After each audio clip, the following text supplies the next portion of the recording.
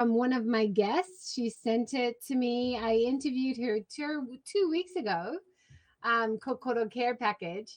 And I thought it was a great conversation. And I was so excited about their new Shojin-Ryori plant-based box that they were coming out with. And she offered to send me one. So this is really exciting. And so I am going to open it with you guys and go through the contents, which I'm really excited about. Before I start, how's everyone's morning going? I enjoyed watching the triathlon, the mixed relay triathlon. That was so fun. Congratulations to the UK and the US and France for getting on the podium. It was so nice to see both men and women triathletes competing as the same team. I used to do triathlon in Japan, and we actually had tickets for this race, but of course, because of coronavirus, it was delayed a year, and then all the spectators were canceled. It's not really a time while we're having so many coronavirus cases. I wouldn't want to be in Tokyo. Hey, Sarah, thanks for joining. Yeah, so excited to feature the box. Have you been watching the Olympics? So I was so inspired because I used to do triathlon myself. So after watching the triathlon this morning, seeing how hard everybody was fighting to, do the race, such a hard course, so many tight turns on the cycling route, and then, getting hotter in the day. I felt for the athletes, training so hard to get here to the Olympics and not having the crowds that they're used to. But hopefully, they knew that we were all cheering through our TV screens and online to encourage them along the way. Yeah, and it inspired me to get out and exercise after I saw it. So I'm a little bit late doing this broadcast. Sorry, it took me a while to stop sweating. All right, so on to the box. This is Kokoro Care Package. If you want to learn more about the company, have a look at my talk with Lillian from 2 weeks ago, where she talks about how they find all the small local producers, how they work with all the different growers and producers of traditional products in Japan to create a great selection of Japanese products, which they ship around the world. And then, in fact, they found that there was a lot of demand within Japan as well. So they've started offering it to Japanese customers. And plant based vegan is such a big hurdle in Japan. I've I've been more strictly plant based vegan, trying to seek out plant based vegan options in Japan more strictly for the last 2 or 3 years, but been vegetarian for almost 30 years in Japan. And it is very, very slow progress. It is still very difficult to find meat free, fish free options. So I was really excited to hear that they were featuring a plant based Shojin-Ryori Box. So let's get into it. It comes with a really nice, small size box, cardboard, nice design on the side. Sarah has added a link for those of you on Facebook or HAPS. So Okinawa Stripes, she did a Kokoro Care Package article. I'll have to check out that later. Thanks, Sarah. So exciting. Let's see. Okay. So I'll get this off the screen so you can see. In the box, you can see the Kokoro Care Package logo, and it comes just like that. It's nice to see very minimal packaging. July's Nourishing, you see that? Little booklet, July's Nourishing Essentials Care Package, Zen and the Art of Mindful Eating. This is amazing. It's like a mini magazine that they put into each box. Welcome to our Kokoro community. Zen and the art of mindful eating. Oh my gosh, what a treat to have a little mini magazine about Shojin-Ryori. But this is such an important part of the service, right? If you're sending around traditional Japanese products and people might not know the backstory, might not know about the producers or the heritage of the product. So having a magazine explaining all the ingredients and dishes in detail, as well as some of the stories of the producers. Mindful eating meditation. Oh my gosh, they must spend so much time making this. It's so well done. And then a founder's message from Aki, who's based in Japan, running the business, and Lillian, who's based in the US, running the business from that side. So they have a great collaboration of the two businesses working together in that way. I expect a lot of great things from these two. So there's the map of where the products come from around Japan.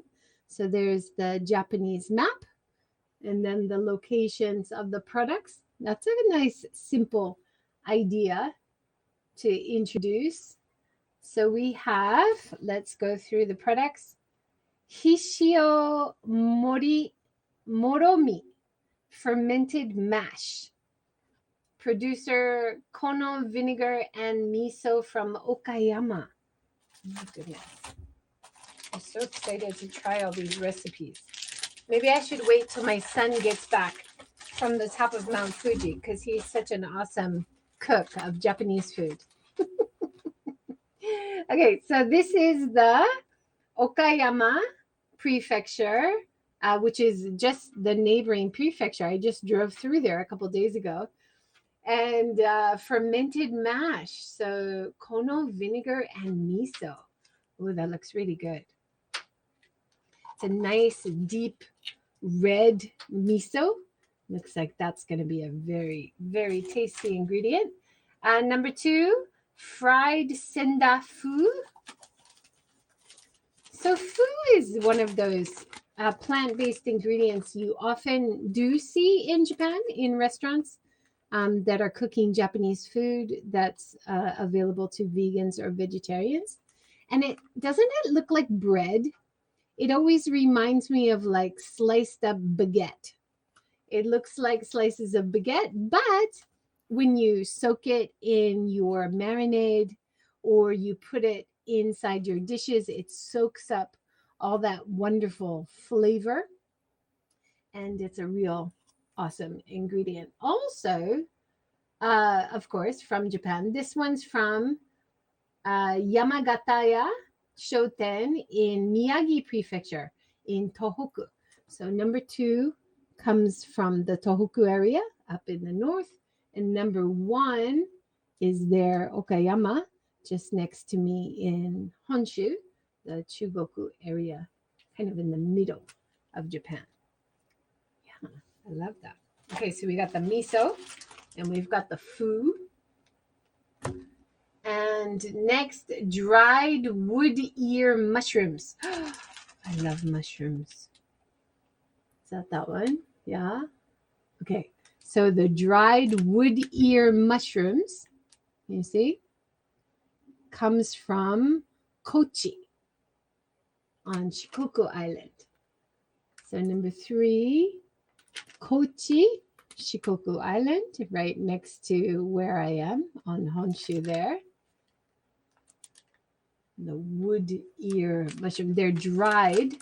So similar when you usually cook the dried shiitake or the dried mushrooms, you would soak it in your marinade or your sauces and then cook it or long time simmer in your dishes later. Oh, I can't wait to try all these.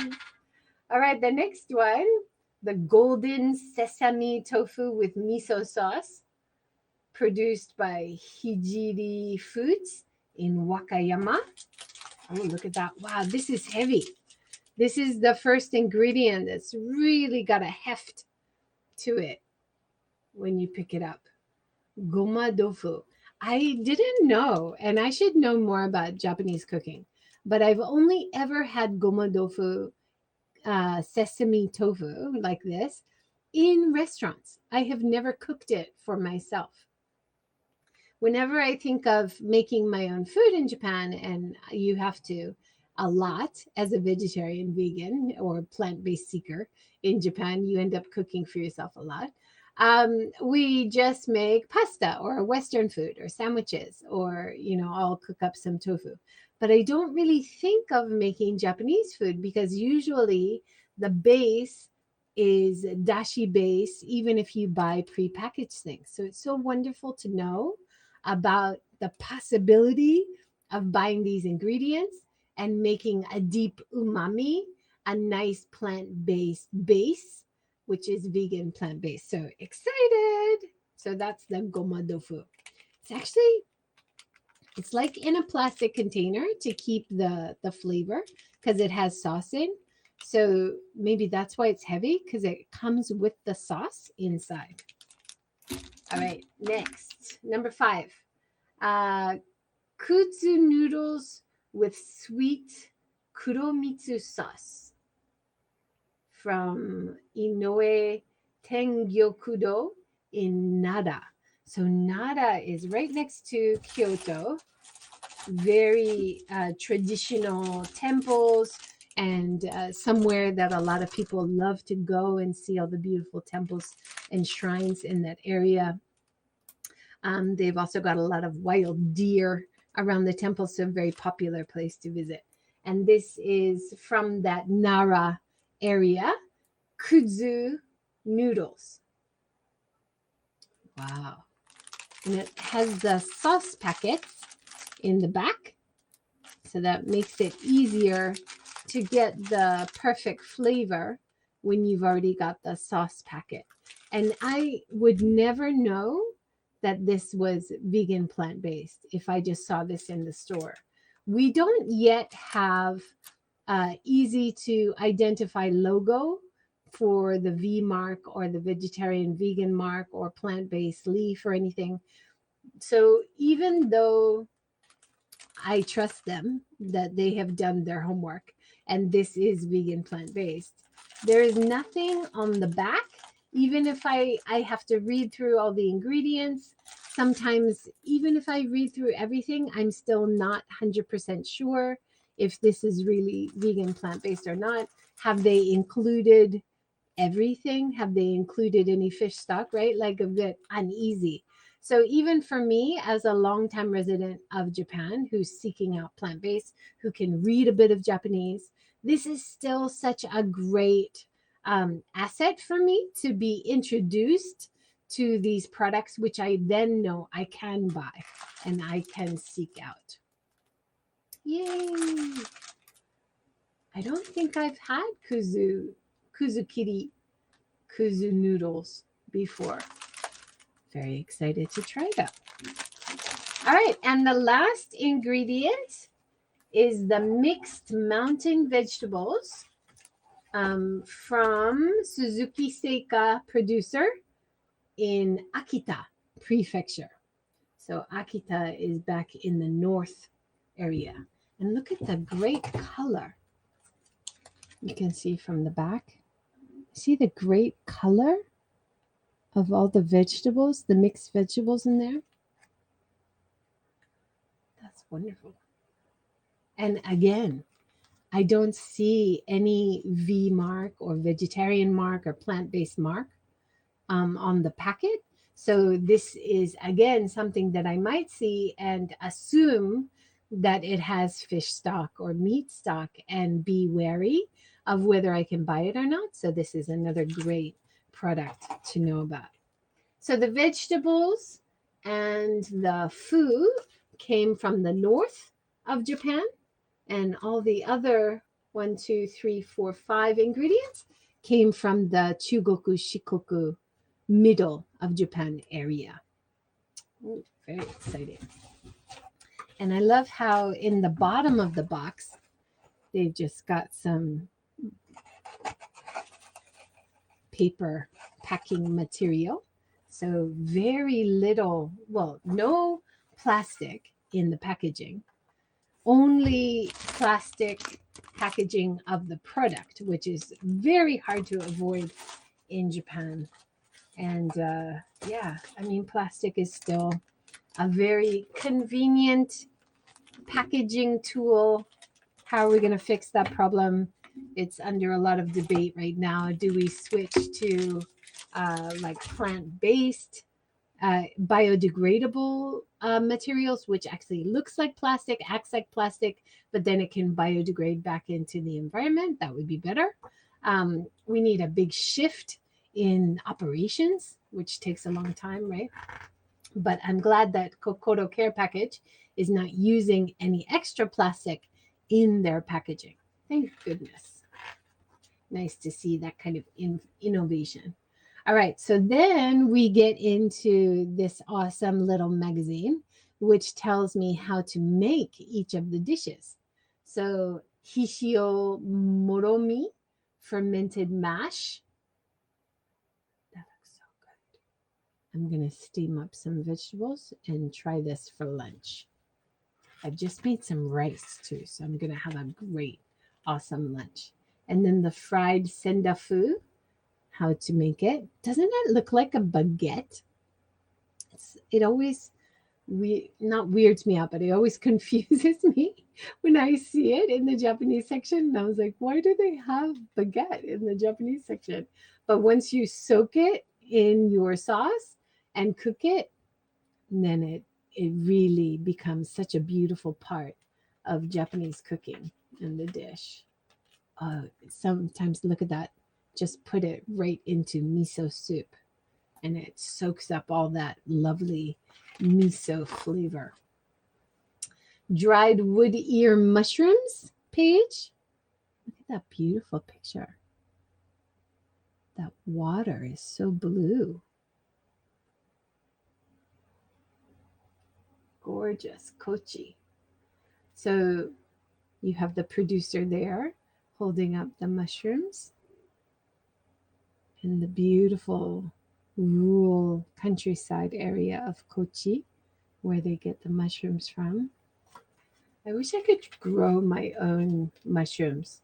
Shiitake mushrooms, at the local DIY center, they sell logs with the, I guess, fungus spores already embedded in the logs, and you can just take it at home, keep it in your garden, grow your own shiitake, at least for one season. I've always wanted to try that. I should try that sometime. And then the next page about the golden sesame tofu with miso sauce, how to make it, and the kudzu noodles from Nara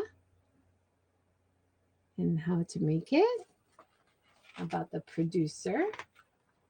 And I love all the design of the magazine. It's so beautifully produced in how they lay out this little magazine full of information about the producers as well as recipes. This is the elderly people growing the mixed vegetables from the north of Japan. Oh, mixed vegetables just from the packet. Boil for 1 to 2 minutes before using. Enjoy it with some ponzu. So ponzu is kind of like a citrusy, vinegary sauce, often used with Japanese food. Very refreshing. So ponzu or miso. And then they have the picture of it on top of soba buckwheat noodles. Oh, I'm getting so hungry just opening my box. That's the idea, right? All right. And then the wood ear mushrooms, the tsukudani. So another Japanese traditional side dish using the wood ear mushrooms from Kochi. And then sendai-fu zosui, Japanese rice soup with the thing that looks like baguette, but it's a fu. It's a gluten. I think it's a gluten food, isn't it? And it soaks up the flavors so beautifully. And there's a sneak peek at next month's theme on the back. Oh, wonderful. So thank you for joining me as I open my Kokoro Care Package.